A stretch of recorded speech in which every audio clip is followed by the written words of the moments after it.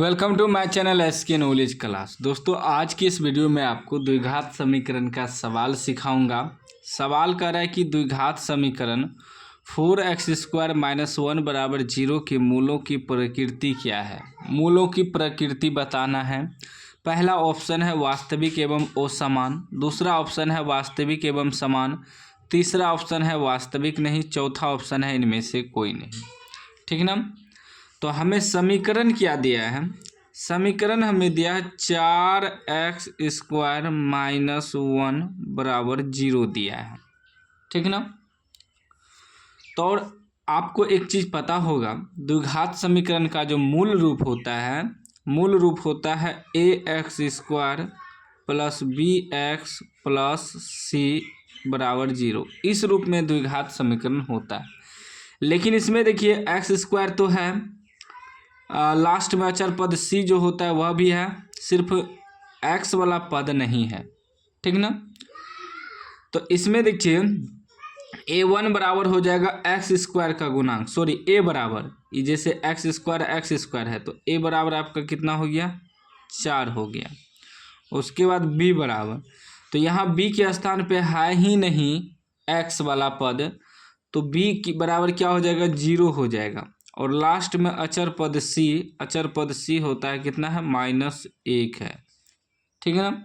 b के स्थान पे कुछ नहीं है तो b के स्थान पे 0 कर देंगे। प्रकृति निकालना है। ठीक ना। सबसे पहले हमें d निकालना होगा, d यानी कि विवेचक ज्ञात करना होगा। विवेचक ज्ञात करेंगे तभी हमको प्रकृति पता चलेगा मूल की। ठीक ना। तो निकाल देंगे पहले विवेचक को d से सूचित करते हैं।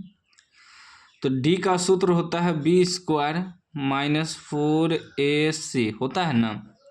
तो अब देखिए b की जगह क्या है, 0 है, तो 0 का स्क्वायर -4 × a × c। 4ac का मतलब हुआ 4 × a × c। a की जगह 4 है, गुना c की जगह -1 है।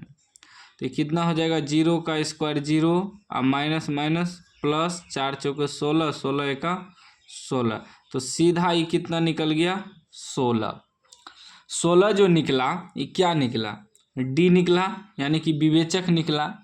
तो हमें मूलों की प्रकृति निकालना है ना। तो देखिए इसमें 3 कंडीशन होता है मूलों की प्रकृति में। पहला कंडीशन होता है यदि d बराबर 0 निकल जाए तो मूल वास्तविक एवं समान। ठीक ना। यदि d बराबर, यहाँ जैसे d बराबर 16 निकला, यदि d बराबर 0 निकल जाता तो मूल वास्तविक एवं समान हो जाता। वही दूसरा कंडीशन है यदि d बड़ा हो जाए 0 से।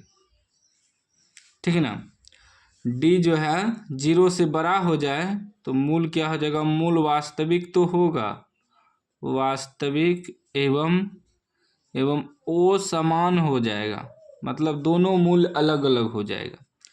तीसरा कंडीशन है यदि d छोटा हो जाए 0 से तो मूल वास्तविक ही नहीं होगा, मूल वास्तविक नहीं होगा। ठीक ना।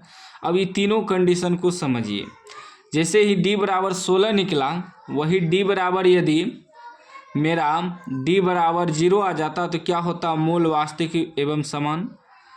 तो यहाँ हमें आया है d बराबर 16, तो d बराबर 16 का मतलब क्या हुआ, मतलब हुआ कि d बड़ा है 0 से। क्या है, 0 से बड़ा है।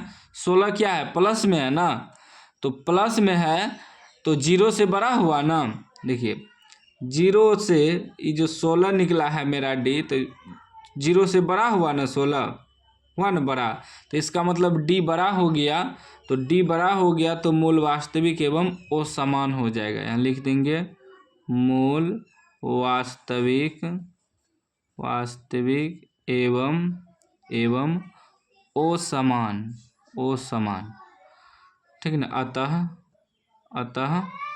अतः मूल वास्तविक और एवं असमान।